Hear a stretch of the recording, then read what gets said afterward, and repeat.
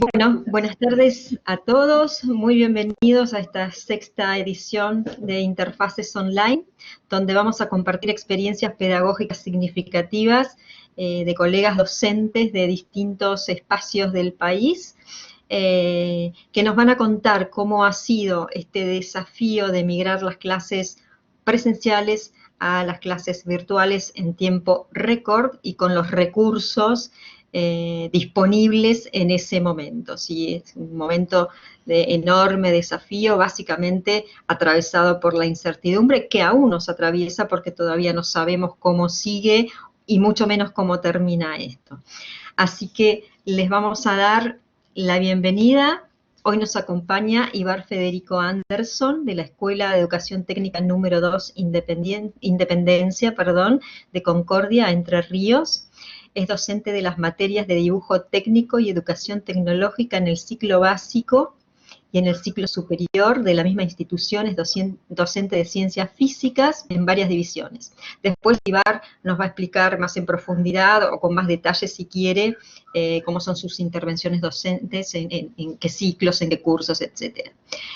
Así que bienvenido Ibar, bienvenida Verónica Caputi del Instituto Victoria Ocampo de Avellaneda en la provincia de Buenos Aires, es directora de nivel secundario, tiene 20 años de experiencia en el cargo y desde este año se desempeña como directora de innovación en los 3 ejes del nivel del colegio.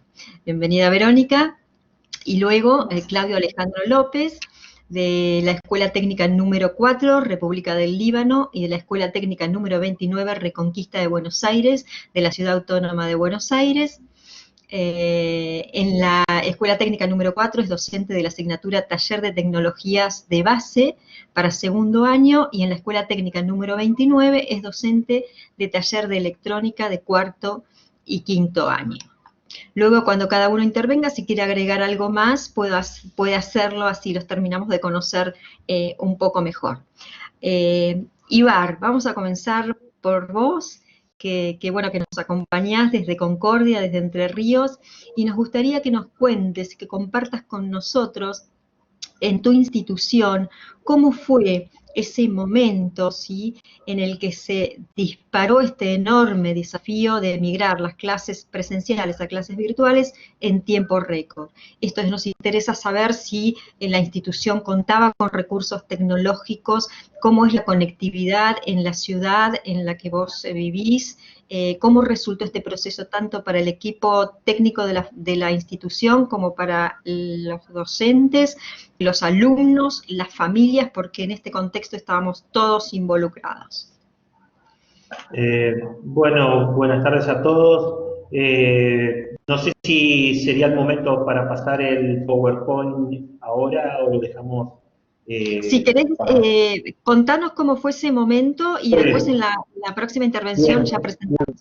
Perfecto. Bueno, la Escuela Técnica 2, si bien tiene 3 especialidades, técnico en computación, técnico en gastronomía y técnico en administración de empresa, en el ciclo superior técnicos en computación, los alumnos están muy bien preparados en cuanto a lo que es programación, pero las aulas están en la institución para ser usadas por los alumnos de la especialidad en la institución, y no estaba la institución preparada con plataformas para aulas virtuales, ya sea Zoom o otro tipo de tecnología, para que se ponga en funcionamiento de manera virtual con los alumnos en las casas.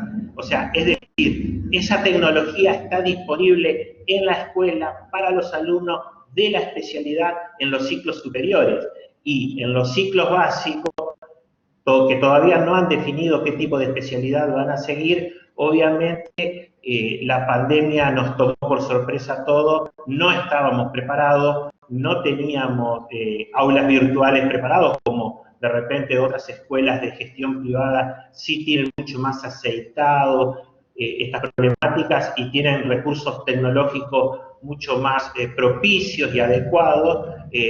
Los pudo haber tomado digamos, no tan sorpresas como nos tomó a nosotros. O sea que la falla principal se dio en la infraestructura, y pese a que la institución cuenta con personal capacitada, no se pudo adecuar para poder poner en funcionamiento todos esos recursos tecnológicos, porque nadie se esperaba una pandemia. O sea, las aulas de programación estaban preparadas justamente para que los alumnos de ciclo superior programen, hagan Arduino, trabajen en robótica y toda la especialidad tecnológica que tiene la escuela. Pero no se pudo adaptar para que ese servicio tecnológico sea transferible a toda la comunidad educativa y todos los docentes puedan interactuar en una forma de plataforma virtual o aula virtual colaborativa. O sea que fue un poco caótico y cada cual se lo está arreglando con los recursos individuales. En los ciclos básicos es peor todavía la situación, que es donde yo tengo mayor carga horaria y tengo mayor cantidad de cursos. Evidentemente los chicos no están preparados, no tienen en sus hogares la tecnología adecuada, no tienen las computadoras, apenas tendrán celulares los mejores, son de los padres, los comparten con los alumnos, y obviamente el principal problema acá no es el celular o la computadora, el hardware. El principal problema acá fue la conectividad o el servicio de internet que colapsó en horas pico, es imposible. Yo soy docente, mi esposa es docente y mi hija está cursando en la universidad. Hay horarios pico en que no podemos atender con el servicio de internet que tengo instalado en mi casa a todos los alumnos y las consultas. Y estamos todo el tiempo, ya sea por mail y WhatsApp, intercambiando, comunicándonos y atendiendo respuestas, contestando. Pero la verdadera pena en todo esto es no poder hacer uso del equipamiento tecnológico que tiene la escuela por la especialidad en computación, que si pudiéramos haberlo preparado con anticipación estaríamos mejor capacitados todos para afrontar la pandemia. Y te hago una pregunta, Ibar, ¿cómo resolvieron la problemática de los contenidos siendo que no tenían aulas virtuales? ¿Cómo se arreglaron los docentes? Hemos migrado básicamente a WhatsApp y Gmail. O sea, es la tecnología más vieja porque es la más conocida y es la más usada en todo caso, porque los chicos disponen de ese tipo de tecnología. En todo caso, el WhatsApp ha sido el rey en esta situación. Evidentemente uno tiene un celular de última generación con mucha memoria, pero los chicos que tienen celulares un poco más viejos no están preparados para recibir archivos en Word, en PDF, y todo el material que uno les envía les colapsa el sistema de todas maneras. Entonces el inconveniente se presenta ahí tecnológicamente. Y te hago otra pregunta. Sí, te hago otra pregunta. Entonces, ¿no hubo posibilidad de tener una conexión sincrónica con los alumnos, no, en ningún momento. Todo es asincrónico, totalmente asincrónico. Nosotros armamos grupos de WhatsApp, básicamente, que es lo que más funciona, con los preceptores y los alumnos. Enviamos el material a los grupos de WhatsApp y los alumnos van respondiendo de manera asincrónica cuando pueden, full time, sábados y domingos, no hay feriados, no hay horarios, y cuesta mucho, el dictado de clase, digamos, es inexistente. Básicamente todo se remite a un envío de tareas donde el alumno reproduce de manera mecánica la respuesta de la tarea, que es básicamente un repaso de contenidos de años anteriores, porque uno no puede desarrollar contenidos nuevos. O sea que no podemos desarrollar contenidos nuevos, porque para desarrollar contenidos nuevos se necesita tener una videoconferencia que no se puede dar. Entonces enviamos solo tareas que son de repaso, por lo general de años anteriores. Entonces el contenido significativo nuevo no lo está aprendiendo de manera significativa, está repasando contenidos que ya lo sabe, y se volvió todo muy mecánico y repetitivo. Enviar trabajos, corregir trabajos y devolver trabajos de manera asincrónica por WhatsApp, en grupos de WhatsApp. Bien, qué contingencia, ¿no?, para los alumnos ingresantes a primer año, ¿no? Esto de no poder vivenciar la clase, aunque sea de manera sincrónica, para conocerse en el grupo, conocer al docente, tener este momento de contacto que no tiene la riqueza de lo presencial, pero por lo menos nos permite estar en contacto visual con el otro, ¿no? Es una contingencia para mí muy importante, básicamente para el alumno ingresante, con todo lo que significa para un alumno ingresar al nivel medio, ¿no? Con lo Por importante que es supuesto. esa etapa de la vida. Por Claro. supuesto, porque encima están abandonando la escuela primaria, están ingresando con todo lo que significa la escuela secundaria y uno no puede hacer ese proceso de acompañamiento. Ujú. Entonces, en ese caso, uno interactúa más con el padre o con el tutor para poder mediar con el menor, porque no les he visto la cara. Tengo alumnos que no los conozco Claro. por nombre y apellido y no nos conocemos los rostros, o sea, Ujú. es terrible, es una despersonalización, Ujú. inclusive esto es patológico en términos psiquiátricos, todo lo que se ha producido, porque realmente es crítico y es muy perjudicial para el alumno. Ujú. Eh, para el alumno ingresante de primer año, que necesita el acompañamiento de la institución. Ujú. Bien, bien, bien, Ibar, luego vuelvo contigo. Ahora, Verónica, me gustaría que nos compartas, que nos cuentes cómo fue todo este proceso en la institución que te toca dirigir. Hola, buenas tardes. Bueno, los escuchaba con mucha atención. Gracias, María Elena, y gracias, UP, por garantizar este espacio de encuentro de manera virtual. Bueno, los pongo un poco en contexto, como para que se entienda la experiencia y la Ujú. intervención. Cuando preguntabas cómo fue el proceso de migración de las clases, bueno, les cuento que en realidad la experiencia que yo presenté en Interfaces tiene que ver con mi rol como directora de innovación, es decir, tengo una perspectiva de lo macro, de la macrogestión. Entonces, fue bueno en el sentido de que no nos tomó por sorpresa la escuela, el Victorio Campo, en el que, digamos, doy cuenta de esta experiencia. Tenía previsto transformarse en el 2020, iniciar un proceso de transformación. Entonces, esto de migrar las clases virtuales, de las clases presenciales a las virtuales, se puso a jugar dentro de un tablero de transformación que ya estaba pensado. La diferencia es que el tablero de transformación iba a ser desplegado en la escuela en el primer semestre. Pensábamos llegar en agosto con algunos cambios que, bueno, ahora puedo referenciar, y eso que tenía que suceder al mes de agosto sucedió al mes de abril. Ujú. Entonces, ahí tuvimos el desafío mayor. Siempre pensamos en que la suma de las clases no alcanzaban para hacer una escuela. Digo, los que trabajamos en educación y habitamos los colegios, sabemos que no son solo las clases, ¿no? Es una red de relaciones que se teje entre personas, con contenidos, con la comunidad. Entonces el desafío fue cómo poner la escuela en línea, no las clases en línea. A diferencia de la experiencia que contaba recién el colega, nosotros sí teníamos experiencia y posibilidades de trabajar con aulas digitales porque lo veníamos haciendo, pero en este salto de transformación que teníamos pensado para este año, bueno, incluía pasar de las aulas digitales, como las trabajábamos, como un espacio de relación básicamente entre el alumno y el docente, a todo un sistema de comunicación virtual híbrido, donde combináramos lo mixto, digamos, lo presencial con lo virtual. ¿En qué sentido? Tomando en cuenta también cuáles eran las posibilidades y las necesidades de nuestro entorno. Entonces digo, bueno, si para un padre era complicado venir a un acto y presenciar un evento significativo para su hijo, presencialmente por su esquema laboral, pero lo podía seguir virtualmente, bueno, ¿por qué no facilitarlo desde la escuela?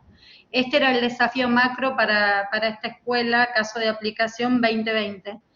Cuando la pandemia nos sorprende, empezamos a hacer el mismo juego, pero en un mapeo abreviado, ¿sí?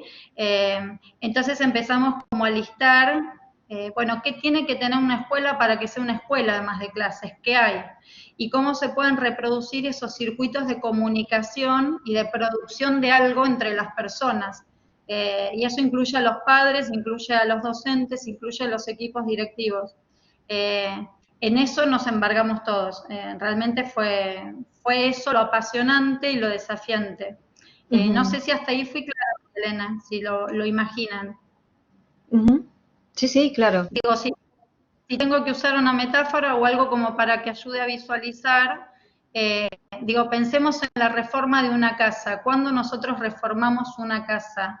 En la medida en que vamos teniendo algunas necesidades distintas en función del crecimiento de quienes las habitamos. Digo, al principio te conviene tener en el living el baúl de los juguetes de los chicos y le das prioridad a eso, luego ellos empiezan a crecer y decir, bueno, necesitan un escritorio, a ver en qué pared monto la biblioteca y les saco el espacio. Y según lo que pasa afuera, decir, si el contexto es más complicado y más inseguro, pongamos una reja. Y si el entorno me ofrece algunas oportunidades, si tengo en el fondo de casa, no sé, un árbol que creció y me da sombra, se me ocurre que puedo montar una glorieta en mi jardín aprovechando esa sombra. Si pensamos los procesos de transformación de la escuela desde la misma lógica con la que habitamos nuestros hogares y nos vamos adaptando en función a distintos ciclos de vida, bueno, la escuela merece ser transformada. La tecnología puede ser un aliado en ese sentido. Cuando hablo de tecnología, hablo de tecnología digital y de tecnología hasta de organización de horarios, y jugar con esto de lo sincrónico y lo asincrónico, ¿no? La oportunidad con la pandemia la tuvimos desde lo sincrónico, de empezar a jugar, bueno, qué transformaciones, quiénes con quiénes, y cómo lo hacíamos digitalmente para que esta casa, que es la escuela, siguiera siendo un terreno de crecimiento que alojara a todos. Uy, se cortó. Y Verónica, ¿qué plataforma utilizaron? ¿Con qué plataforma cuenta la institución? Mira, nosotros nos pasamos justamente este año porque teníamos esta perspectiva de lo macro, de que nos sirvía también no solo para trabajar con los chicos, sino en sistemas de gestión de la comunicación interna y externa, a G Suite de Google for Education, que tiene la ventaja que es un servicio gratuito. Sí contacté a un partner de Google para que nos tramitara él el dominio del colegio y nos hiciera el despliegue de la consola. Pero después la verdad es que es un servicio gratuito que nos resultó muy flexible y muy amigable con esta necesidad de transformación. Bien, perfecto. Bueno, ahí tenés un buen dato, Ibar, ¿no? De una plataforma que se podría utilizar de forma gratuita, que es de Google, que podría, por lo menos en algunas clases, comenzar a experimentar por si esto se prolonga o para ya modificar el esquema de dictado de clases en las instituciones. Gracias, Verónica. Después vuelvo contigo, ¿sí? Bueno, Claudio, contanos, ¿cómo fue la experiencia en tu institución, sí? Bueno, antes saludo a todas y a todos. En las dos instituciones en las que estoy, me voy a concentrar más en la Escuela 4, con cierta particularidad que tiene que ver con la enseñanza de taller.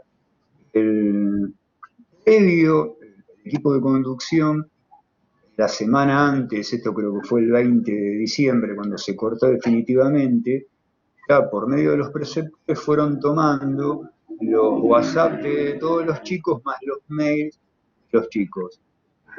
Ese es un manejo que hicieron los preceptores y después nos pasaron planillas la dirección a la que nos podíamos contactar cada uno. En la Escuela 4 yo trabajo en la modalidad de acompañante pedagógico, de pareja pedagógica. Entonces decidimos viendo, nos interesaba ver qué era lo que estaba pasando en otros lugares. Y sabíamos que si bien, por ejemplo, desde el gobierno de la ciudad estaba implementando la plataforma Mi Escuela, sabíamos que iba a haber un momento en que todo iba a desbordar, así que tuvimos que tomar la decisión de el formato. Si bien, por ejemplo, en la Escuela 29 cuenta con una plataforma interna que está basada en Moodle, va a ser imposible por el tema de ancho de banda y de recurso del servidor que los chicos accedieran ahí. La otra escuela también, igual que el caso de Ibar, tenemos las aulas, se implementó ahora las escuelas de futuro este año para primer año, hay una dotación tecnológica importante. Pero sí, la decisión, ya fue un tema que compartido por muchos docentes, pero la población que concurre en las dos escuelas, muchas provienen de hogares desfavorecidos. Entonces, la suposición que hacíamos era que, pero clase sincrónica no. Una, por no disponer de la plataforma. El Zoom era muy complicado y aparte había un tema de intromisión dentro de los hogares que no nos gustaba. No nos gustaba en este sentido, que nadie eligió, ningún chico ni ningún docente eligió la modalidad virtual. Yo la elegí, por ejemplo, para estar cursando en la facultad. Nadie la eligió, fue obligatorio. Uno no sabe en qué se puede llegar a encontrar en la casa del chico. Es, por ejemplo, un lugar común que siempre se escucha. Que uno ve a algún chico de la calle y dice, mirá las zapatillas del celular que tiene. No, nosotros lo llamamos el efecto de la Cenicienta. Porque este mismo chico, que es lo único que tiene para mostrar como pertenencia, decir, bueno, hay cosas de las que carezco. De última lo manifiesto mediante un celular y unas zapatillas. Yo no me puedo meter en la casa de ese chico. Es imposible que me meta. Acá, no sé, yo tengo lindos adornitos, tengo los libros atrás, tengo a 2 perros escondidos, porque si no sería un lío con el audio. Pero llegado el caso, hay que ver que hay gente que por ahí está conviviendo con familias ensambladas, con griterío, con el abuelito, con los nenes. Bueno. Otra es que no se podía definir tampoco un horario. El horario, por ejemplo, forma parte de lo que se llama la gramática escolar. Uno va, por ejemplo, de 7:45 hasta 11:50, que hay un momento de 10 menos 10 hasta las 10, que es el recreo. Estamos todos divididos en aulas, que hay cierta forma de comunicarse del profesor y cierta forma de responder de los alumnos, que eso yo no lo puedo trasladar a la casa del chico. El tiempo se rompió, o sea, las percepciones de tiempo se rompieron. Yo no puedo decir, a tal horario va a haber una clase de Zoom.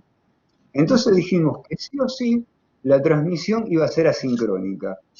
Como la mayoría de los chicos tenían celular, para tener las cuentas, la mayoría tenía Android, en algún momento tuvieron que tener su cuenta de correo. Generalmente la mayoría tenía de Gmail. Si tenía de otro no importaba. Importa para algo que ahora viene de por qué no elegimos el Classroom. Entonces la idea era que todos los contenidos se iban a mandar en forma de vínculos por el correo. Quizás no todos saben manejar el correo, pero en alguna vez mandaron algún correo y lo recibieron. Entonces la comunicación iba a ser por correo. No le íbamos a tachar dentro del correo ni PDFs, ni Word, ni formato texto, ni nada por el estilo. Si le poníamos un vínculo a un Drive, donde el vínculo era para todos, no era que cada uno nos tenía que mandar el correo para que pueda entrar. Decíamos, acá van a tener las clases. Las clases iban a estar en los 3 formatos. Iba a estar en PDF, iba a estar en Word. Algunas, eso es muy difícil, las pusimos en texto. Lamentablemente no podíamos poner imágenes. La mayoría de los chicos en alguno de los formatos pudo acceder, que es lo que nos dejó tranquilos. ¿Por qué fue eso? Porque la otra suposición que uno hace es de que todos tienen ancho de banda de cierta velocidad en la casa. Bueno, eso no pasa. Entonces, yo, por ejemplo, ahora tengo Telecentro, estoy rezando porque no se corte, porque esta semana fue infernal.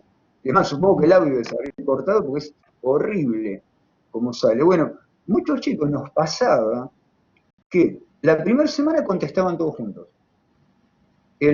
A la semana, chicos que contestaban a término, a las 2 semanas desaparecían del radar. Volvían a aparecer, y algo que es horrible escuchar, es que nos digan, perdón, profe, que no le pude completar las tareas porque me había quedado sin plan. ¿Qué pasa? Si uno le manda, por ejemplo, ¿no? Yo soy de taller, pero pasa, por ejemplo, en algunos casos, mi hija está cursando un profesorado, entonces, alguien de didáctica le decía, miren tal película, bajen tal película, mírenla y opinen sobre, no sé, tal situación de la educación en la época de la Revolución Francesa. Explicaba a mitad de la película, el que tenía el plan prepago, desapareció. tenía que por ahí pedir a la madre el celular para compartir internet, y la madre por ahí estaba tratando, lo mismo, estamos hablando de hogares que por ahí cesaron el trabajo informal que tenía, están dependiendo del IFE. Entonces por ahí estaba comunicándose para vender barbijos o lo que fuera, no le podía dar el celular al chico. Esto era uno de los motivos también por qué nos eligió la comunicación sincrónica. La otra era de que no le mandemos contenidos ni devoluciones a los chicos que impliquen un volumen de datos impresionante. Por ejemplo, los chicos que nos mandaban, por ejemplo, no todos tenían las PC funcionando, muchos habían bloqueado o muchos de segundo no tenían. Los de primero sí tuvieron una reposición de netbooks nuevas. Tampoco tenían por qué manejar Word para que nos manden los trabajos. Entonces le decíamos, miren, sáquenle fotos. ¿Qué pasa? Empezamos a ver que las fotos de la carpetita eran 3 megas. Y el que ya disponía de mandar el mismo archivo en Word eran 16K. A la tercera foto de carpetita que nos mandaban, chau el plan de datos, que por ahí lo tenía que compartir con los hermanitos. Entonces, fue un problema que era como una especie de curvas con valles, cómo respondían y cuándo volvían a aparecer. No se pudo hacer algo. ¿Qué lamentamos? Porque digo que si hubiéramos usado Classroom, quizás nos daba más movimiento para la participación en foros. Aunque sea para ellos, hay algo que se perdió del trabajo grupal. Pero sí, muchos de ellos tenían sus propios grupos de WhatsApp. Los docentes, al menos los dos de taller, decidimos no meternos en el WhatsApp de los chicos, por un tema de privacidad. Aparte nuestro, sí lo manejan a través de los preceptores. Estaba que alguna preceptora nos decía, tal chico no se puede comunicar por tal motivo, no. Nosotros le mandábamos a ella la tarea porque por ahí no tenía mail, no tenía más el celular. Entonces era por algún pariente y recibía la tarea por ese lado. En ese sentido se hizo lo mejor posible con lo que había, pero nunca nos salimos de la modalidad asincrónica. Por todos los motivos que le dije, pero fundamentalmente también era por el tema de tiempo. Porque se rompió el tiempo de esta es la hora de geografía. No, no es hora de geografía. Es el tiempo de un hogar que no tiene nada que ver con el tiempo escolar. Perfecto. Relativamente bien. Bien, Claudio, la verdad que son realidades tan diversas como la realidad argentina, ¿no? La que contaba Verónica desde su instituto, la que cuenta Ibar allí en Concordia, que es bastante parecida a la que tú cuentas, Claudio. Luego vuelvo contigo nuevamente. Ibar, si querés, pasamos tu presentación. Si te pido son 7 minutos nada más, así que con velocidad. Gracias, Ibar. Ahí está. Ya está en pantalla. Correcto.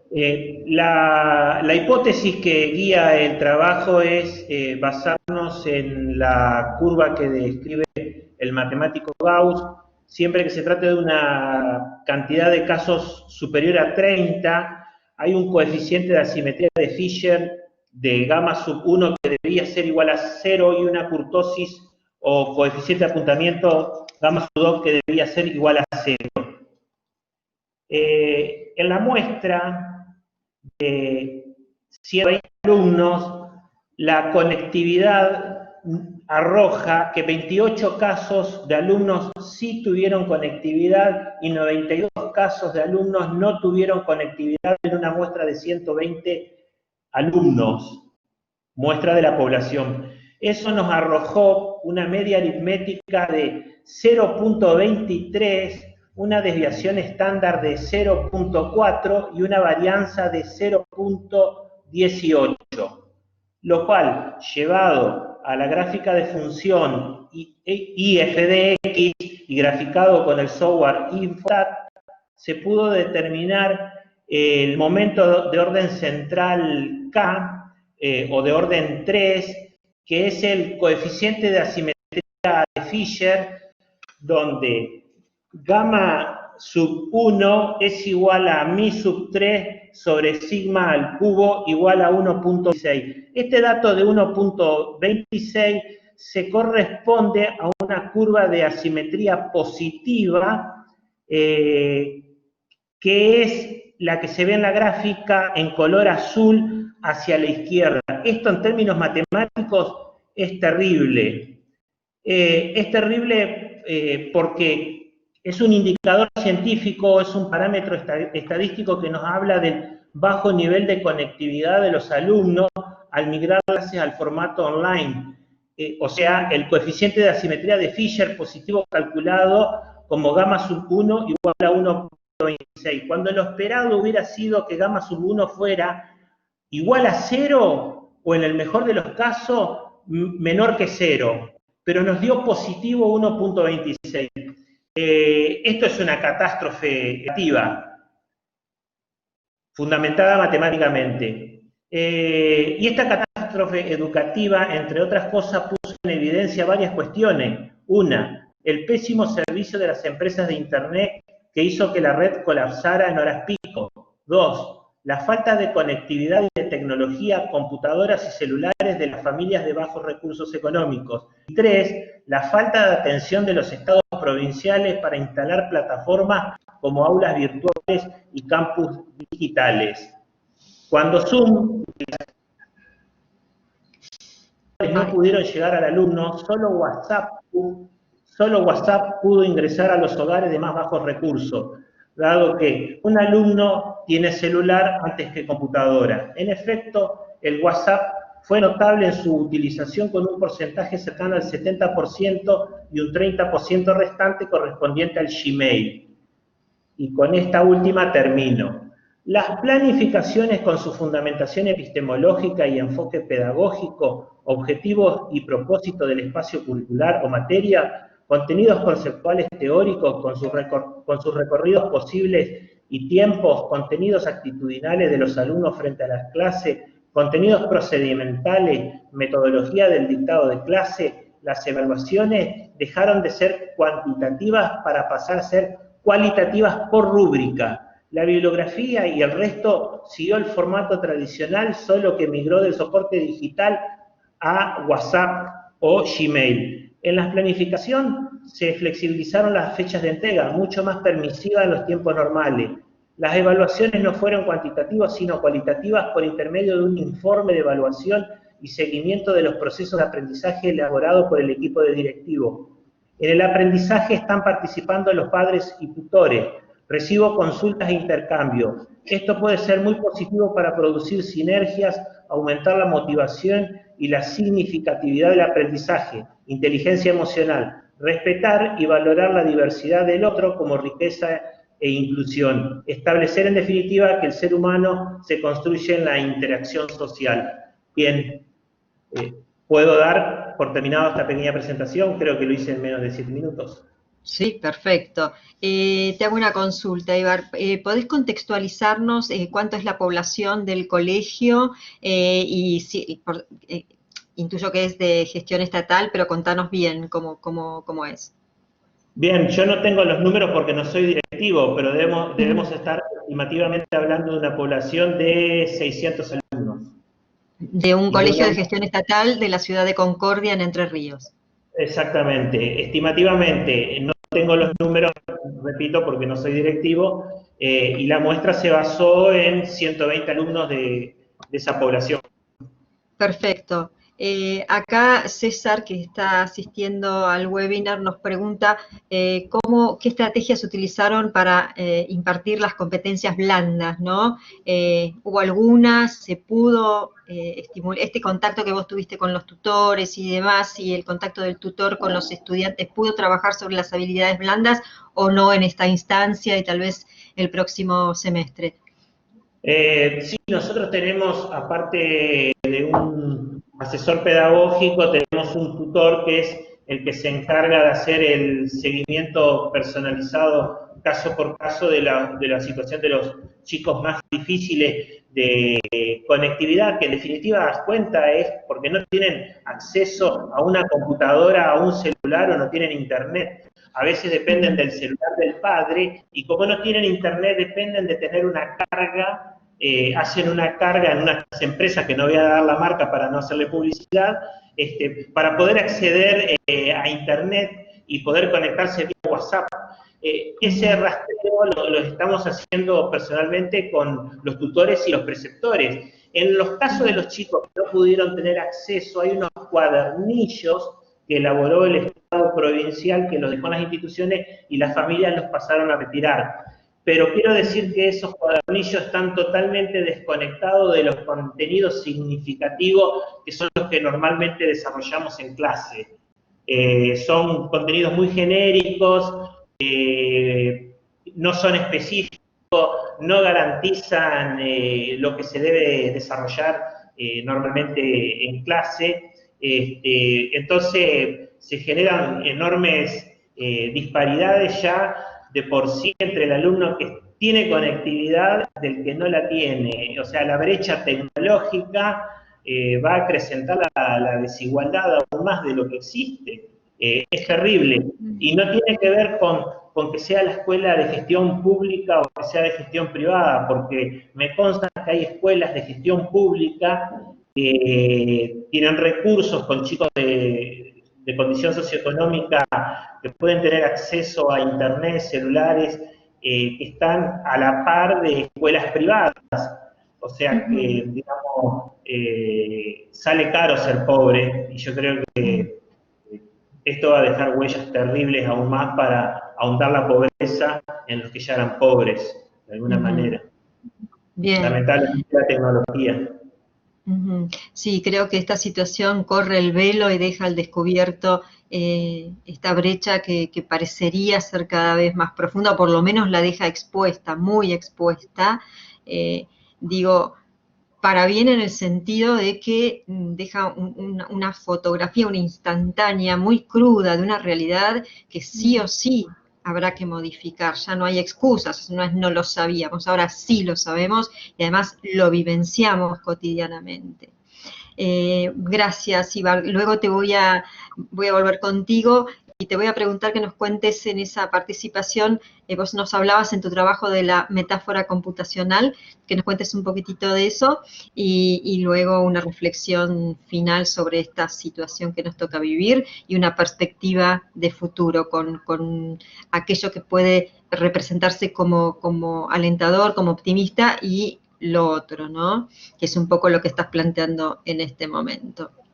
Verónica, contanos desde tu realidad, desde la realidad del Instituto Victoria Ocampo, esto de ser directora de innovación, presenta las inquietudes sobre el perfil del estudiante que se convertirá en un ciudadano activo en unos pocos años, en un contexto en el que la realidad laboral cambia continuamente y donde va a haber muchas profesiones y oficios que van a quedar en desuso y serán reemplazados por otros. ¿Qué pasa con esta dinámica del aprendizaje continuo donde la institución ya no es responsable solamente de contenidos, porque los contenidos están disponibles en todos lados, sino cómo se trabaja para formar a las personas para que estén capacitadas y tengan competencias para tolerar la incertidumbre y formarse de manera continua en áreas que seguramente le van a ser ajenas, ¿no? ¿Lo tienen pensado desde algún laboratorio? ¿Cómo manejas? Te lo pregunto porque al ser directora de innovación me imagino que es mirar ese futuro, ¿no?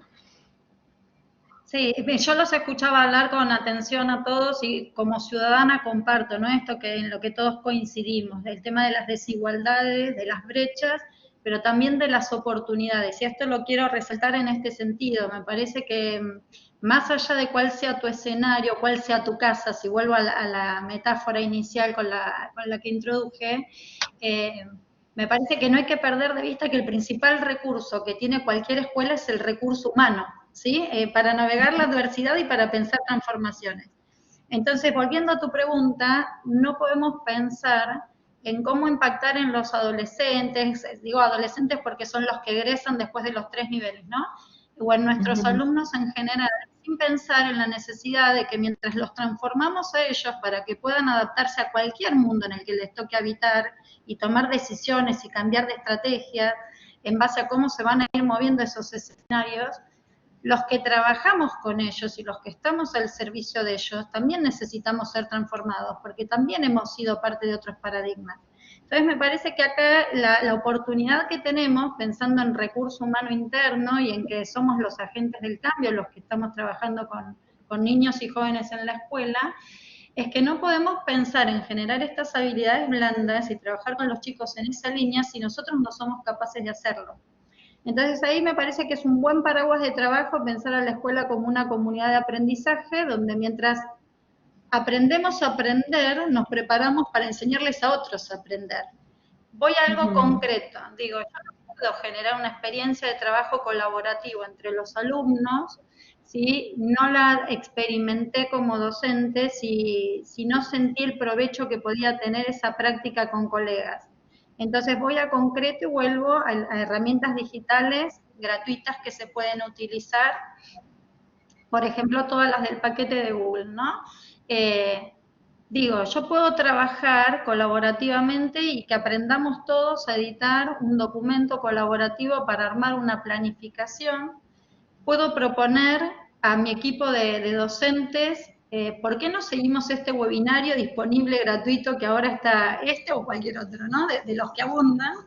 Pero ¿qué tal si compartimos, y les comparto, un doc de Google para que mientras cada uno desde su casa lo sigue, vayamos anotando las ideas que se nos ocurren o que nos dispara esa persona experimentada, como para pensar qué de eso nos serviría en nuestra práctica docente. Entonces, mientras asistimos todos a una capacitación, cada uno desde su casa siguiendo un webinario, generé la experiencia en mi grupo de docentes de que lo estamos haciendo juntos, aunque estemos cada uno en sus hogares, algunos con celus, otros con computadora, y al mismo tiempo les enseñé a usar un documento colaborativo de Google. Entonces luego puede venir la pregunta, che, ¿cómo nos sentimos haciendo esto? Digo el che a propósito, como para generar idea de familiaridad y de cercanía. ¿Cómo nos sentimos compartiendo esta experiencia juntos? Anotemos primero la parte emocional, nos sentimos que estábamos trabajando a la par, que podíamos co-crear ideas, que podíamos co-crear una lista de intervenciones posibles con nuestros alumnos. Buenísimo. ¿Qué pasaría si les enseñamos a hacer esto a nuestros alumnos? ¿Para qué les serviría a ellos coeditar un documento? ¿Cómo yo esto lo puedo llevar a un aula para generarles a ellos dos cosas que necesitan en momento de pandemia y encierro? Experiencia de trabajo colaborativo en grupo y esta habilidad que les va a requerir la salida a este escenario que no sabemos cuál va a ser, pero que seguramente va a haber que armarlo y pensarlo juntos para aportar al bien común. Entonces fíjate que, y espero haber sido visualmente clara en esto, ¿no? Y haber contestado tu pregunta, cuando vos preguntas, y bueno, ¿y cómo hacemos desde el rol de la innovación o desde la transformación para pensar en transformaciones viables? A mí me gusta pensar, como dicen los brasileros, en bueno, bonito y barato. Digo, herramientas que sean viables, accesibles, no necesariamente pagas, pero que generen experiencias, que sean experiencias de crecimiento para los equipos docentes, que sean entonces replicables en las aulas, porque si el docente no se emociona con esa práctica, si no le encuentra valor agregado a esto nuevo que tratamos de generar y no le encuentra sentido, no va a poder pensar en cómo impactar con sentido dentro del aula para impactar en esos chicos. Entonces me parece que la búsqueda debería ir por ahí, ¿no? Pensar, bueno, ¿cuál es nuestra casa? ¿Sí? Volviendo a la metáfora inicial, en función de quiénes la habitamos, cuáles son las reformas posibles y con qué, para generar una experiencia barata, pero necesariamente buena y bonita para todos en términos afectivos y que nos dejen como esa experiencia de comunidad, porque lo que van a necesitar nuestros alumnos es seguir creciendo juntos y pasarla bien en el mientras tanto, porque son de generaciones que buscan pasarla bien. Y esto también me parece que merece ser reinterpretado al interior de los equipos de trabajo. Digo, ¿por qué el trabajo tiene que ser un lugar de sufrimiento? En todo caso, que sea un lugar para superarnos y crecer juntos. Y me parece que ahí tenemos una oportunidad, de nuevo, si no perdemos de vista que el recurso que tienen las escuelas y el recurso que hace la diferencia, un poco por lo que decía Igar, ¿no? Que ya no tiene que ver con gestión pública y gestión privada. Obviamente que los recursos económicos condicionan, pero me parece que no siempre determinan si vos tenés recurso humano que pueda balancear y compensar. Me parece que la innovación o los procesos de transformación tienen que poder ser pensados para abordar un todo, que es el todo de la escuela con la complejidad que tiene la escuela. Pero al mismo tiempo creo que está el por qué, que te genera un para qué y un cómo con lo que vos tenés y con lo que vos sos, ¿no? Claro, claro. Bien, bien, muy bien, Verónica. Luego vuelvo contigo. Claudio, vos en el trabajo que nos presentaste para Interfaces Online nos hablabas de Magritte en tiempos de pandemia. Contanos qué es. ¿Por qué nos mencionás Magritte en tiempos de pandemia? Yo siempre me orienté, bueno, mi orientación dentro de educación es sobre tecnología educativa. Entonces, lo que veía era lo mismo que hace el cuadro, que es tratar de romper el sentido común que hay en la relación entre las palabras y las cosas, al decir esto no es una pipa. Me interesa más, hay dos versiones de Magritte, la que uno conoce con la pipa que parece una pipa de verdad, hay una anterior donde es el dibujo de cómo se dibujaría una pipa, lo cual es más complejo. Entonces, cuando empezó, ahora pasamos a la modalidad virtual, se corría un riesgo. Hay en otro trabajo, que ahora no me acuerdo, anterior a cuando me publicaron el mío, una docente decía que era hay que llamarlo educación de emergencia, educación remota de emergencia. En realidad es el nombre técnico que a estas situaciones hay un organismo de la UNESCO que le da ese término, donde aclaran, eso la relación con que esto no es una pipa, es la representación de una pipa, o sea que esto no era educación virtual. Estamos en una situación presencial ante algo, una circunstancia particular de emergencia, apareció, se pasa a una modalidad remota. Que esa modalidad remota va a cesar cuando se vuelva a la normalidad. No hay que sacar implicancias que a veces uno ve, por ejemplo, en los programas de televisión de panelistas. Siempre, de repente, parece que todo el mundo es especialista en educación. Todos fuimos alumnos, todos opinamos sobre educación. Es decir, no, pero cuando vuelvan a las clases, pues ya no son clases. Es un estado remoto de educación de emergencia. Tampoco es educación virtual, en el sentido que la educación virtual es una elección personal, se planifica antes, una planificación muy compleja. Ustedes, por ejemplo, están hablando del Blackboard en la Universidad de Palermo, ¿conocen? Me imagino que la misma plataforma tuvieron que de repente todos los chicos que iban en modalidad presencial aumentar la plataforma para que se adapten. Había contenidos específicos, uno los distribuye para la modalidad virtual. Esos contenidos también pensados más allá de la participación colectiva en foros con la ayuda de un tutor. No, todo eso, si lo asocia con educación virtual, se corre un riesgo de que se piense que la educación virtual no sirve para nada, que fue un fracaso. No fue un fracaso. O sea, son dos modalidades distintas. Se pueden integrar. Obviamente que existe el modo mixto bimodal, pero uno tiene que tratar de divorciarse de lo que es el aprendizaje remoto bajo una situación como la que vivimos ahora, lo que pase después. Porque en el después quizás uno va a haber expectativas que no se van a poder cubrir. En ese sentido, por eso soy más optimista, más allá de que se va a aumentar la brecha social, como decía Iber, yo soy optimista porque todo esto va a pasar y se van a sacar conclusiones, no para una futura pandemia, no sé para qué. El caso, por ejemplo, del UNESCO, lo que ellos estudiaron como casos de emergencia, los principales son qué pasó en Afganistán y qué pasó en Bosnia. En Bosnia en particular entre el 92 y el 95. En esos dos lugares se hizo todo un estudio de cómo resolvieron los docentes la distribución remota de contenidos. Ellos sabían que la situación iba a durar mucho y que podían volver a la normalidad y volver rápidamente a la normalidad. Estamos hablando de países donde lo que precisamente volaba no eran gotitas con virus, O sea, volaban literalmente cosas peores. Lo resolvieron ellos. Entonces se documentó todas las intervenciones docentes, las intervenciones de la familia, todo quedó documentado. Está la página, si quieren ingresar, es inee.org. Está la versión en español, depende del UNESCO, y es la red Interagencias de Educación en Emergencia. Hicieron un relevamiento provisorio sobre el estado del COVID, al cual pueden participar docentes de todo el mundo para que incorporen las experiencias, y va a ser una estadística aparte sin intervenciones de los respectivos ministerios de los países, porque si no va a quedar sesgada la estadística. Cada uno va a opinar y va a decir, en mi caso, yo mandé contenidos asincrónicos por tal motivo, por ancho de banda por un lado, por el tema de lo que podemos considerar como una intromisión en el hogar del chico que no estaba prevista.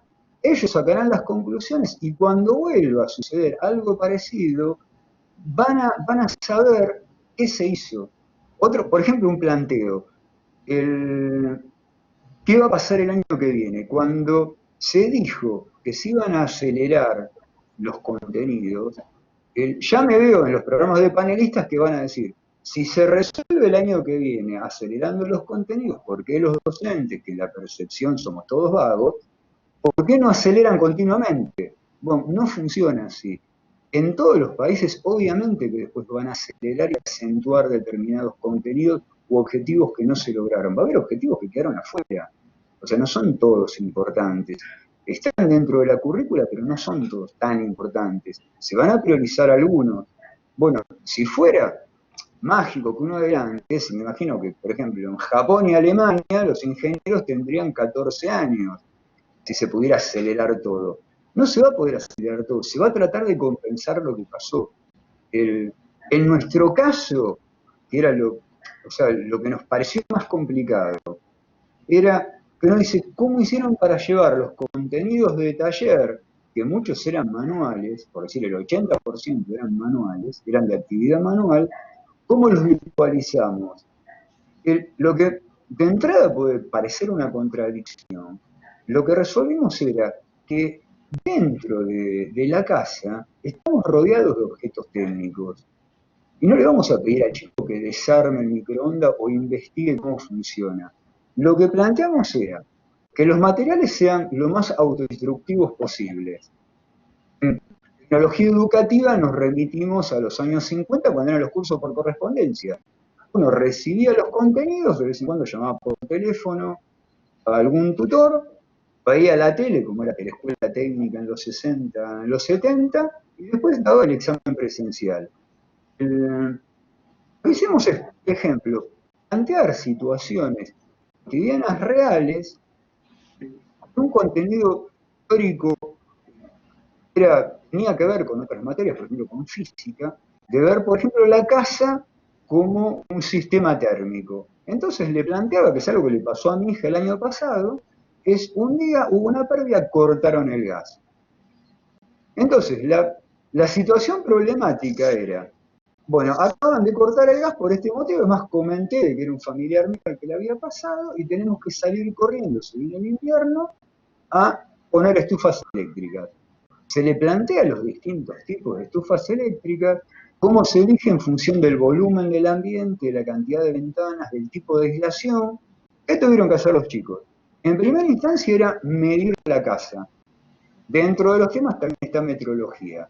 En vez de ponerse con un calibre a medir tornillitos, bueno, tuvieron que medir la casa. Los que no tenían una cinta métrica, le dijimos, agarren una reglita, marquen en, no sé, un palo de escoba, esto es 1,20 m, hagan toda la cantidad de 1,20 m que tendrá de largo la pared. Si no llegan al techo, sumen 2 o 3 palitos atados o estímenlo. Digo, paren a su hermanito contra la pared que mide 1,5 m, vean la cantidad de hermanitos que hay hasta el techo. Con eso los chicos pudieron determinar qué estufas tendrían que comprar. Los que pudieron, lamentablemente no todos pudieron navegar, los remitimos a sitios donde, haciendo los calculitos, recomendaban el tipo de estufa. y no coincidía con la realidad. Lo más lindo que nos pasó, porque lo que no queríamos era cargar a la familia con contenidos extra, como decir, tienen que resolver polinomios, como pasa en matemáticas, papá, ayúdame con esto. No, lo más lindo que nos pasó es que un chico nos manda, una chica, mire, profe, acá le paso el celu de mi papá que quiere hablar con usted. Ahí dijimos, un problema. Me parece que acá el tema de la estufa trajo aparejado algo. No, el padre lo llamo por teléfono y me dice, no, mire, vi la clase de la estufa, justo tenemos un problema parecido y tuve que cambiar porque me saltaba la térmica y se quemaron los cables. ¿Cuándo van a ver eso los chicos? Bueno, le dijimos que después vamos a seguir viendo el tema. Entonces, de alguna forma, tal vez ellos no van a saber este año cómo se unen cablecitos o cómo se pasan cablecitos por un caño. Pero lo que sí supieron era que la tecnología y lo social y lo económico están mezclados, que no son ámbitos diferenciados. Que no pasa en la escuela, que están, dicen, los de teoría y los de taller. A veces los de taller no tienen como unos áreas. No, hay una cultura tecnológica que forma parte de la cultura cotidiana. O sea, la sociedad está configurada tecnológicamente y la tecnología está construida socialmente. Y eso es lo que le transmitimos a los chicos. No de que sepan armar un banquito de madera. ¿Qué hacen el banquito de madera? ¿No? Además, nos encanta porque hasta nos preguntan cómo para arreglar la pata de una silla en la casa. Pero dentro de la casa hay un montón de actividades que ellos la resolvieron sin apartarse tanto de los contenidos y aparte vinculando, contextualizando ciertos contenidos que se dan en la escuela como si fuera un mundo aparte. Y uno después sale y, que es la típica pregunta, ¿para qué sirven los polinomios o los logaritmos? Sirven para muchísimo. O, por ejemplo, para cuando los panelistas de la televisión dicen graciosamente la curva exponencial. No tienen ni idea de lo que están hablando. Pero por lo menos lo que le pudimos transmitir a los chicos es de que ciertos conceptos teóricos o marcos teóricos se relacionan tranquilamente con cosas que pasan en el hogar, como es calefaccionar una casa, o la luz es la adecuada, o cuánto gastan, o cómo interpretar, por ejemplo, que es otra tarea que teníamos, cómo interpretar la factura de luz. Sabiendo que hay chicos que por ahí no tienen factura de luz. O sea, sabemos que no tienen factura, pero lo que dijimos era, lo que tengan factura, tachen el nombre y se la distribuyen por WhatsApp a los amigos. Y vamos a analizar en qué se gasta la luz. Ellos hicieron el relevamiento del consumo de todos los artefactos. Le pasamos una tablita y dijimos gastamos tanto. ¿Se corresponde con la factura? Más o menos. Entonces, ¿cuánto tiempo usa la planchita que consume tanto? Bueno, ahí vinculamos lo que era matemática con tecnología, con concepto de energía que nos exigía la currícula, pero todo quizás hasta fue más contextualizado que dentro de la escuela. Hay contenidos que pensamos que los cubrimos mejor que dentro del ámbito de la escuela, donde también hacemos las mediciones de luz, las mediciones de calor. Por ejemplo, en las últimas interfaces había mostrado en los trabajos la maqueta del aula de los chicos, donde en un caso se analizó la influencia de la luz sobre el aprendizaje. No estaban al tanto de ese detalle, pero era ver hasta dónde uno podía leer bien o mal con la luz que había. Después decía, ay, profe, pero acá podría haber más luz. Sí, está bien, bueno, podría haber más, pero no hay más luz. O, ¿para qué sirven los ventiladores en el aula? Dice, ¿nos refrescan a nosotros o refrescan el ambiente? Lo medimos y nos refrescan a nosotros, no al ambiente. ¿Y por qué no ponen extractor de aire acondicionado? Porque es lo que hay. Pero al menos ese tipo de contenidos lo relacionan con algo tangible y con algo que quizás después afuera lo van a usar, o en la casa o en el ámbito laboral, porque si no se van a quedar con, ya que estamos hablando del calor, con termodinámica. Es decir, ¿para qué me sirve termodinámica afuera? Más en la escuela, por ejemplo, que es la orientación, en la escuela 4 es administración de empresas. Y nosotros le decimos a los chicos, ustedes quizás tengan el privilegio de que trabajen en un banco, pero seguro le van a decir, vos que fuiste a la 4, que sabés hacer dibujitos porque tienen dibujo técnico, y sabés cómo medir la luz, y sabés si el electricista nos está verseando con los cables que está poniendo. Bueno, es un plus agregado que de otra manera se quedan solamente con las materias contables. Y aparte de destacar de que no es ni lo contable, ni lo artístico, ni lo tecnológico, es todo junto. Todo O junto, sea, en ese perfecto. sentido pensamos de que cubrimos los contenidos, en algún caso hasta creo que los excedimos, en el caso de taller. Obviamente el profesor de matemática, de lengua y de sociales van a tener serios problemas, pero lo van a compensar el año que viene. No creo que haya problema con eso. Y si Bien, lo otro de Claudio, si querés, vamos redondeando porque nos excedimos de tiempo. Si querés cerrar y así ya. no, o sea, de no pedirle a lo que sería la educación virtual más de lo que puede dar. Decir, esto no sirvió para tanto, al final no estábamos preparados. No hay ningún manual sobre esto. Nadie estaba preparado para nada. Los que ya tenían una plataforma funcionando habrán puesto un poco más de hardware y lo resolvieron. Los que no tenían plataforma específica de educación virtual, era imposible que lo puedan resolver. Tampoco hay que ser masoquistas con uno mismo, con el sistema, ¿cómo no tenían preparado servidores? No, porque el modelo era presencial. Es una situación de emergencia que va a parar, vamos a ver qué consecuencias se saca y seguro van a ser positivas, si dejando de que va a haber una ampliación de la brecha de desigualdad, obviamente que va a pasar. Pero en cuanto a lo educativo no creo que sea una tragedia. Sí, ya estoy. Bien, Claudio, un placer escucharte. La verdad que los casos, esta aproximación a la realidad tan contundente que nos viniste relatando, refleja, ¿no?, esa instantánea en la que estamos atravesados todos. Luego hago el cierre para todos. Ibar, si querés hacer una reflexión final.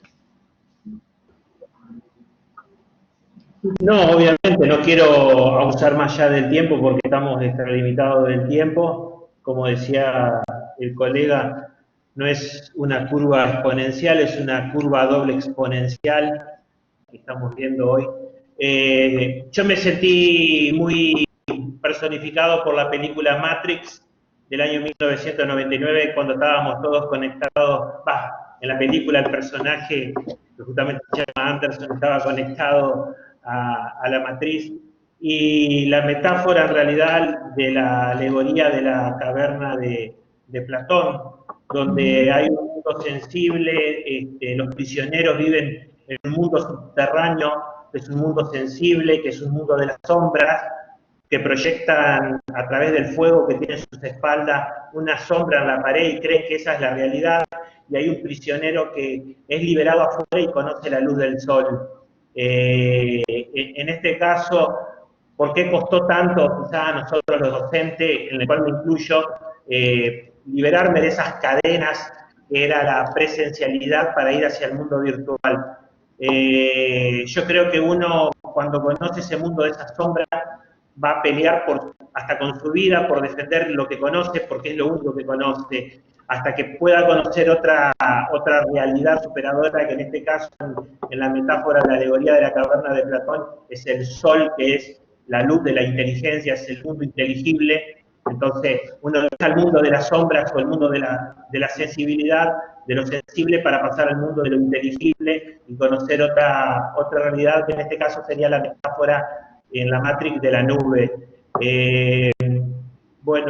Me sentí muy identificado con la película y con la alegoría del mito de la caverna de Platón, que es para pensarlo más quizás en términos filosóficos, y ya estamos excedidos de tiempo, y me parece que debemos cortar con las cadenas y salir al mundo, salir a conocer el sol, conocer esta realidad. Es la nube, es lo que está ahí, y yo creo que va a dejar cosas positivas.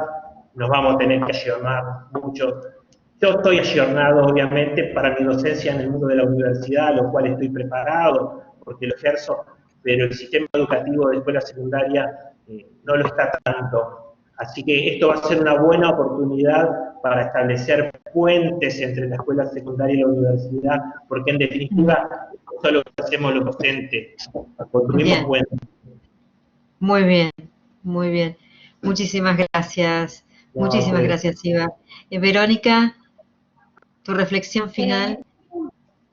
Sí, yo me quedé pensando, tratando de hilar lo que ustedes mismos comentaban, ¿no? Digo, bueno, y si no se tratara de una situación de emergencia, si no se tratara esto de una puesta a punto de educación de emergencia, digo, cuando uno escucha a algunos especialistas que ya están en Europa y en situación de rebrote, y se piensan en escenarios de escuelas híbridas o de presencialidad intermitente, digo, si la humanidad fuera eso, digo, me parece un buen ejercicio pensarlo, atrevernos a pensar, bueno, ¿y si esto que empezó como algo de emergencia se torna más estable en el tiempo? ¿Qué pasaría con eso?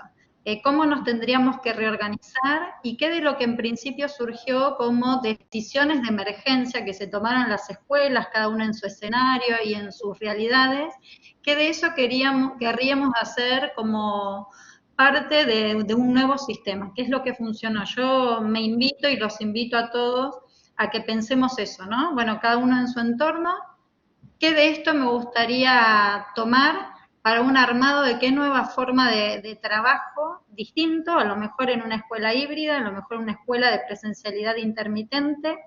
Porque bueno, la pandemia nos puso en sintonía con eso, ¿no? Con que esto es posible, digo, lo que parecía como de ciencia ficción y ya va a pasar, la realidad es que todavía no pasó, ni en nuestro hemisferio ni en el hemisferio norte, y que no era tan ciencia ficción como lo imaginábamos. Entonces, me parece que es un buen ejercicio ese, pensar qué de lo que tenemos queremos conservar y qué nos haría falta. Digo, para hacer el ejercicio de visionar escenarios alternativos, pensando un poco en esto de pensamiento computacional y de diagramas de flujo con sentido, ¿cuáles serían las otras opciones? Porque me parece que lo que no tendríamos que perder es la posibilidad de que si el escenario se nos mueve de nuevo y rápidamente, nos encuentre con menos incertidumbre, con menos sensación de crisis, ¿sí? Que pueda ser en todo caso una crisis gestionada en base a la experiencia de lo que significó esta que estuvimos atravesando. Hacer la lista de las fortalezas y de las oportunidades que tuvimos, cada uno en sus entornos, y que eso sea como el backup de la próxima experiencia. Me parece que podemos volver a construir sobre lo construido sin perder de vista los logros de esta etapa. Yo iría por ese lado. Y me parece que incluiría en ese esquema de listas a favor y de saldos positivos, qué lugar le dimos a los padres de nuestros alumnos, porque me parece que tradicionalmente siempre hemos apostado a impactar en los chicos. No estoy tan de acuerdo con que hayamos usado a los padres, que es lo que se critica en redes, ¿no? En todos los educadores que pusimos a trabajar a los padres como si fueran maestros. Creo que no, que esa es una mirada desde una lógica tradicional, pero me atrevo a pensar que a lo mejor le dimos oportunidades de aprendizaje también a muchas familias. Digo, esa familia que no sabía cómo hacer una videollamada, que tuvo que aceptar un audio de una maestra para que la guiara, para acompañar a su hijo. Entonces, en lugar de verlo desde el lugar del sufrimiento, desde, bueno, no quedó otra, digo, bueno, ¿y si ese es el nuevo rol de la escuela? Si la escuela tiene como un destinatario amplificado, que es la familia en general, tal vez podamos armar comunidades de enriquecimiento como más potentes, más poderosas. Apostaría a eso. Apostaría a eso. Muchas gracias, Verónica.